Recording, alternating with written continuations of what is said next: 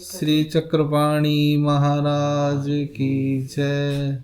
फलटन और द्वारावती लीला दर्शन और श्री चक्रपाणी चरित्र वीडियो नंबर 17 और लीला नंबर है 31। रवलिया गीत श्रवणी निर्वंशु कथन। रवले द्वारा गीत सुनाने पर उसके निर्वंश होगा ऐसा कहना। यदि लीला जरा ध्यान से सुनते हैं, द्वारका की लीला है ये। एकुदी महादाईसे रवळ्याचा अध्यात्म गीत ऐकिला। एक दिन महादाईसा ने रवळे नाम का व्यक्ति था, उसके अध्यात्म गीत को सुना। मग तो गणपत मड़ी गोसाविया पुढा सांगितला। फिर वो पैठण के अंदर गणपत मठ था, वहां पर श्री चक्रधर स्वामी महाराज के आगे सुनाया। या उपरी गोसावी है गोष्ठी सांगितली। उस प्रसंग पर श्री चक्रधर स्वामी ने यह बात बताई। सर्वदने मणितले।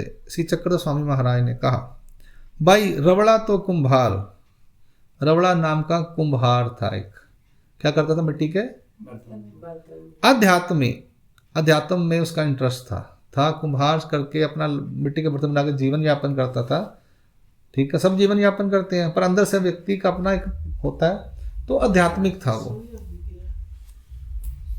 तेने आध्यात्मिक गीतों केला। उसने एक अध्यात्म का गीत लिखा। गोसाविया सी गोमती चा तेरी गुम्फा। श्री चक्रपाणी महाराज का गोमती के किनारे पर गुफा थी। तेथ आसन से, वहां पर उनका आसन रहता था। तो तेथ आला, रवला वहां पर आया। गोसाविया पुड़ा गीतू मणितला। और श्री चक्रपाणी महाराज के आगे वो गीत दोबारा नहीं, पहली बार सुनाया उसने। तब श्री चक्रपाणी, तब गोसावी उगे जी, तो चक्रपाणी महाराज चुप थे। फिर उसने पूछा, मग तेने पूछिले, जी गीतू कैसा जाला? महाराज ये गीत कैसा बनाया, लिखा मैंने? गोसावी मणितले। श्री चक्रपाणी महाराज ने कहा, तुझा निर्वंशु होए ऐसा झाला। तेरा निर्वंश होगा ऐसा गीत हुआ है। कैसा गीत हुआ है? इस गीत लिखने की वजह से तेरा क्या होगा? निर्वंश होगा। अब ऐसी एक लीला चक्रधर स्वामी जी की भी है। निर्वंश मतलब क्या? वंश रहित हो जाएगा। तो वंश क्यों? उसमें ऐसा एक चक्रधर स्वामी की लीला है, उसमें ऐसा है कि जब भी आप गीत लिखते हो तो ये सब किन देवताओं का है? गायन कला वाली अंतराल की देवताओं क्या है। उनके कुछ नियम होते हैं। गीत संगीत लिखने के कुछ नियम होते हैं उनके। पद लगाना या वो जो भी काव्य रचना करनी है पोइट्री की, एक उनका तरीका होता है। उस तरीके को आप फॉलो नहीं करोगे तो वो देवता रुष्ट हो जाती हैं। कौन से देवता हैं ये जो संगीत रंग? हाँ, उनकी जो सरस्वती वगैरह, सरस्वती तो हाँ, वो तो संगीत की देवी। संगीत की जो अकेडमी होती है, क्या नाम होता है उनका? कला अकेडमी। हाँ जी। गंधर्व देवता होती हैं, गंधर्व देवताएं होती हैं गाने बजाने वाली। इनके कुछ सरस्वती वीणा, जिसमें सरस्वती मुख्य है, इनके अगर रूल्स को आप फॉलो नहीं करके पोइट्री लिखते हो तो देवताएं अपने जैसे उनके रूल्स आप तोड़ देते हो। तो रूल्स लिखे हुए हैं इसमें कि क्या रूल्स होते हैं? हाँ, आगे आएंगे, यहाँ नहीं आएंगे, पर जो इस फील्ड में होते हैं संगीत के, पुरानी किताबें हैं, उनमें लिखा होता है कि जो पोइट्री की कंपोजिशन है उसका एक पैटर्न होना चाहिए प्रॉपर। सुर, ताल, छंद, वर्ड से वर्ड। हाँ, बड़ा कुछ होता है। तो हर व्यक्ति ये पोइट्री नहीं कर सकता, उसको लिखना, कंपोजिशन नहीं कर सकता, कहने का मतलब ये है। तो महाराज ने कहा तेरा निर्वंश होगा। वो देवता रुष्ट हो जाती हैं और निर्वंश कर देती हैं। ये जो क्लैरिटी है चक्रपाणी चरित्र के अंदर आई हुई है। चक्रधर स्वामी के, आपने एक रूल बनाया, किसी ने रूल तोड़ी तो क्या होगा? आपको गुस्सा आएगा, बस खत्म होगी कहानी। सिंपल सी बात है। गुस्से में क्या करोगे आप? फिर सजा आएगी सामने वाले को। और देवता ताकत वाली हो तो वो क्या कर सकती है? वो निर्वंश करती, तेरा वंश आगे नहीं बढ़ेगा, कहानी खत्म। कई बताते हैं ना कि उसको बचपन से ही या अंदर से ही अपने आप संगीत आया, सुर आया, तो वो आया, वो उसमें नुकसान नहीं है।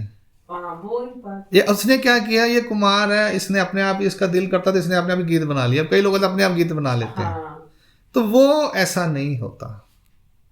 जिसको बाय बर्थ है वो बात एक गॉड गिफ्ट है, यानी गॉड गिफ्ट मतलब ये इन देवताओं की तरफ से गिफ्ट है। हाँ। पिछले जन्म में उसने भक्ति की होगी इनकी, तो उसके बदले में उनको ये फल मिलता है कि बाय बर्थ ये गॉड, बाय बर्थ इनको ये चीज़ें होती हैं। ठीक है जी। तो यानी पोइट्री लिखना भी है या संगीत कला करना भी है तो बड़े ध्यान से करना चाहिए। इनका सब जितना भी कुछ है, इसके गुरु जो है, मास्टर है, उनके पास जाना चाहिए।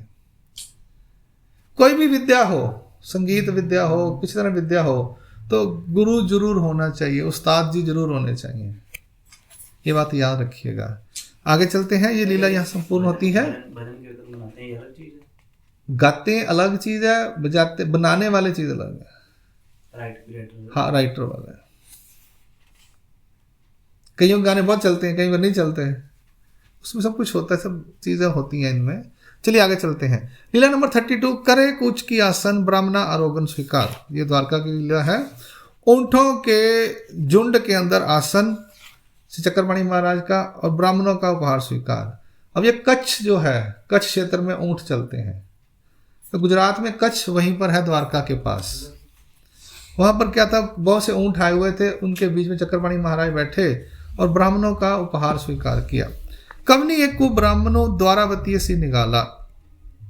कोई एक ब्राह्मण द्वारका लिए निकला, तब कांबा वाट गेतली, तो रास्ते में चोरों ने उसे लूट लिया।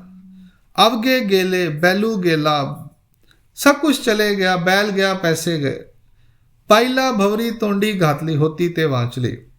ब्राह्मण की पत्नी ने क्या किया, एक कानों में जो डालते नहीं झुमका, उसका लटका हुआ था, वो तोड़कर उसने मुंह में डाल लिया फटाफट, चोरों की नजर बचा के।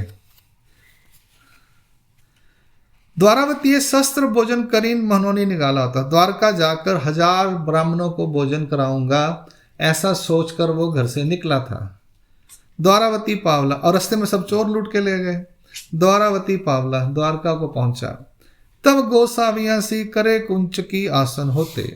द्वारका पहुंचा तो वहां श्री चांगदेव रावल महाराज ऊंटों के झुंड के पास बैठे हुए थे।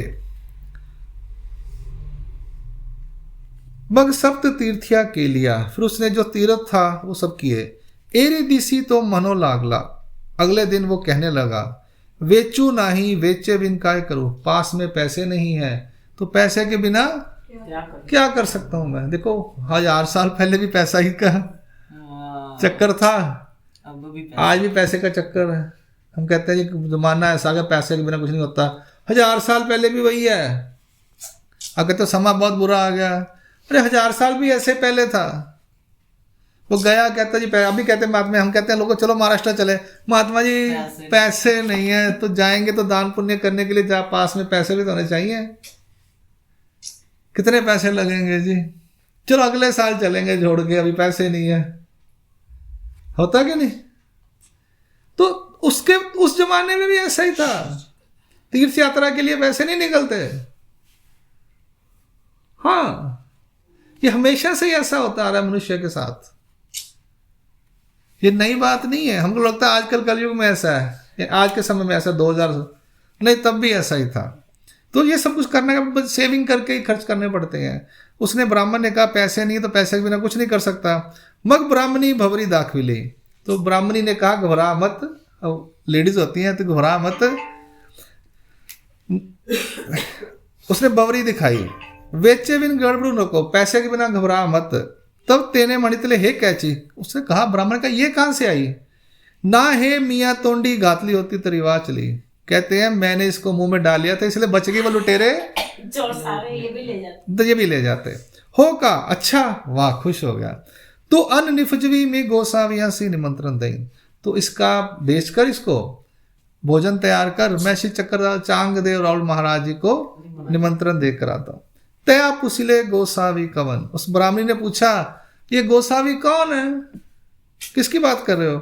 माँ श्री चांगदेव रावला सी, श्री चांगदेव रावल महाराज जी को वो दंडो डाल के आता हूं मैं, भी निमंत्रण दूंगा भोजन के लिए। नाते कौन है, किसकी बात कर रहे हो आप, किसको बुलाने जा रहे हो। नाते करया चिया करवड़ी मध्य बैसले होते थे,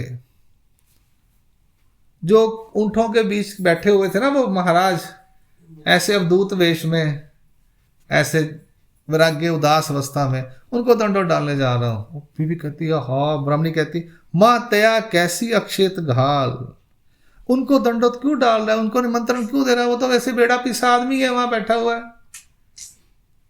बेड़ा पीसा पागल इंसान बैठा हुआ है जो ऊँटों के बीच में बैठा है, उसको तो दंडोत डाला, किसी अच्छे बढ़िया सूटेड बुटेड ब्राह्मण को डाल, तिलक विलक लगा हो, अच्छे कपड़े डाले में, धोती डाली हो, शॉल लिया हो, इधर लंबा शॉल लटकाया हो उसने, इधर जरा बच्चा सा टोपी डाली हो, उस ब्राह्मण को दंडोत डाल तिलक विलक लगा के। ये किसको अब दूध बेच दाढ़ी वाड़ी वाला बैठा हुआ बाबा या कपड़े मैले डाल के। उस वाइफ ने कहा, ब्राह्मणी ने, वो ब्राह्मण ने कहा ना ते पुरुष आहती, वो एक समर्थ वाले पुरुष हैं, तो कपड़ों पे ड्रेस पे मत जा, वो अंदर जो उनके है ना वो बहुत बड़े पुरुष हैं, महान व्यक्ति हैं। एतुकेन तो गेला, वो ब्राह्मण गया उनको निमंत्रण देने, मग ब्राह्मणा निमंत्रण दिदले, ब्राह्मण ने उन्हें निमंत्रण दिया श्री चांगदेवलाल महाराज जी को। गोसाविया से निमंत्रण दिदले, तिया अन्न फिजविले, उसने भोजन तैयार किया। तेने संध्या स्नान केले, ब्राह्मण ने संध्या स्नान किया, तब गोसावी बीजे केले। चक्रपाणी महाराज जी वहां पहुंच के, जहाँ उसको निमंत्रण दिया था वहां पे आ जाना, तब तेने मणितले आदि गोसाविया सी आरोग्य देव मग एरासी देव, तो उसने कहा पहले मैं श्री चक्रपाणी महाराज जी को भोजन कराऊंगा, बाद में दूसरे जो ब्राह्मण है उनको दूंगा। गोसाविया सी आसन रचिले, श्री चक्रपाणी महाराज के लिए आसन रचा। गोसावी आसनी पुष्ट झाले, श्री चरण शालन केले, टीला जाला पातली वाड़ी ले, उनको आसन में बिठाया, पैरों को धोया, टीला लगाया और पत्तल खाने के लिए परोसी। मग आरोगना करू लागले, भोजन करने लगे चक्रपाणी महाराज जी। स्त्रिया मणितले, स्त्री ने कहा जी जी वाड़ू, मैं परोसूं क्या। गोसावी उगे चीज, चक्रपाणी महाराज चुप। आनी आनी, लेकर आओ ब्राह्मण ने कहा। मनोनी वाड़ी थी, परोसा उन्होंने। ते मांडा गाली, तब गोसावी वरन जेवी थी। ते वरन गाली, तब गोसावी भातू जेवी थी। वो जो भी रखती थी चक्रपाणी महाराज उससे उल्टी चीज खाते थे। वो मांडा रखती थी, चक्रपाणी महाराज क्या करते थे, दाल खाने लगते थे। वो दाल डालती थी तो वो चावल खाने लग जाते थे। ऐसी विरुद्ध आरोगन जाली, ऐसा उल्टा भोजन हुआ। ऐसे 5 स्यांचे अन्न गोसावी जेविले, ऐसे 500 लोगों का अन्न चक्रपाणी महाराज जी अकेले खा गए। सोने की भवरी थी, 1000 लोगों का अन्न बन नहीं जाना था तब, तो 500 लोगों का खाना तो चक्रपाणी महाराज अकेले खा गए। गोसावी जेविले, तब तिया पोटी भाविल, ऐसे 5 स्यांचे अन्न गोसावी जेविले, ऐसे 500 लोगों का भोजन राशन पानी चक्रपाणी महाराज जी खा के, बना हुआ फूड जो था। तब तिया पोटी भाविले, तो ब्राह्मणी ने पेट अपने मन में सोचा, इतु के अन्न यही चीज खा ले, इतना अन्न तो ये अकेला ही खा गए हैं।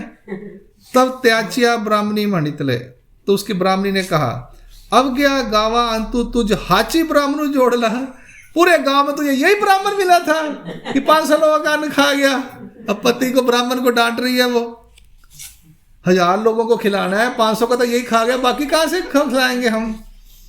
अनि गोसावी श्री करू आखुड़ला, और चक्रपाणी महाराज ने हाथ रोक लिया और धो लिए, बस। गोसाविया सी गुल्ला झाला, चक्रपाणी महाराज ने गुल्ला किया, विड़ा झाला, उनके पास जो पान वान खाते हैं मुख शुद्धि के लिए, गुड़ खाओ या मीठा खाओ। अनि गोसावी बीजे के लिए, और चक्रपाणी महाराज जी चले गए। सरद ने मणितले, श्री चक्रधर महाराज कहते हैं मग तिया पातली काढ़ी लिया, उसने पत्र वाली उठानी शुरू की। पत्ते पहले पत्र वाले की कहते सुनो, केले के पत्रों में या दूसरे होते हम पहले कहते थे पत्तल, केले के पत्तल में देते थे। नहीं जो हाथ सी हुई पत्तले होती थी, सूखे पत्तों की। उन्होंने पत्तले उठानी शुरू की, 500 पत्तले निकली उसमें से, तब 5 से पातलियां निकाल लिया। 500 पत्तले निकली उठाते उठाते। तब मगते ने ब्राह्मणे मणितले, ब्राह्मण ने कहा मर मर पापिनी, ऐसे काई के ले पापनी, मर तू मर जा। शस्त्रा ब्राह्मणाचे अन्न एतशी देतो तरी यांच्याची ठाई शस्त्र ब्राह्मणा पुरते।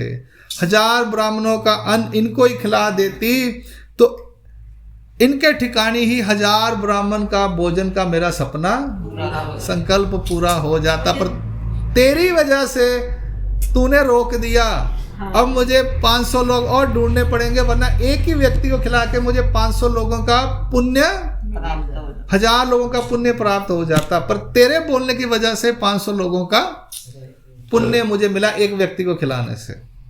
वो बोली तभी वो उठ के चले हाँ। गए ना, बोलती तो उन्होंने करना अब कोई था। खाना खा रहा हूँ बीच में बोल दे, उसका मन नहीं करता। हाँ ठीक है, कोई टोक दे भी बहुत खा रहे हैं, ज्यादा खा लिया। हाँ, रोटियां खाई जाती पई है, हाँ। तो भूख भी लगी हो तो इंसान छोड़ देता है। हाँ तो यानी खाते हुए किसी को टोकना नहीं चाहिए। नहीं चाहिए, रोकना नहीं चाहिए। ये ऐसी लीला, इसमें से 2-3 बातें हमें समझ आती हैं। एक तो इसको रोकना नहीं चाहिए, दूसरा वेश के ऊपर नहीं जाना चाहिए, जिसके अंदर गुण है उसके ऊपर जाना चाहिए, पात्रता है उसकी तरफ ध्यान देना चाहिए, ना कि ऊपर के सजरने संवरने पर। हम कहते हैं कि फटे कपड़े पा के महात्मा बने हुए हैं, इनको अंदर से क्या है, उनको ये नहीं पता अंदर से इनकी पात्रता कितनी है। तो ये इस लीला से हमें सुनने समझने को मिलता है। यहाँ पर ये लीला संपूर्ण होती है 32। जहाँ ध्यान से सुना करिए और इसको समझिए इस लीला को। श्री चक्रपाणी महाराज की, श्री चक्रपाणी चरित्र लीला नंबर 17 यहाँ संपूर्ण होती है। फलटन और द्वारावती लीला दर्शन नंबर 26 यहाँ संपूर्ण होती है। श्री चक्रधर स्वामी की दंडवत दंडवत दंडवत।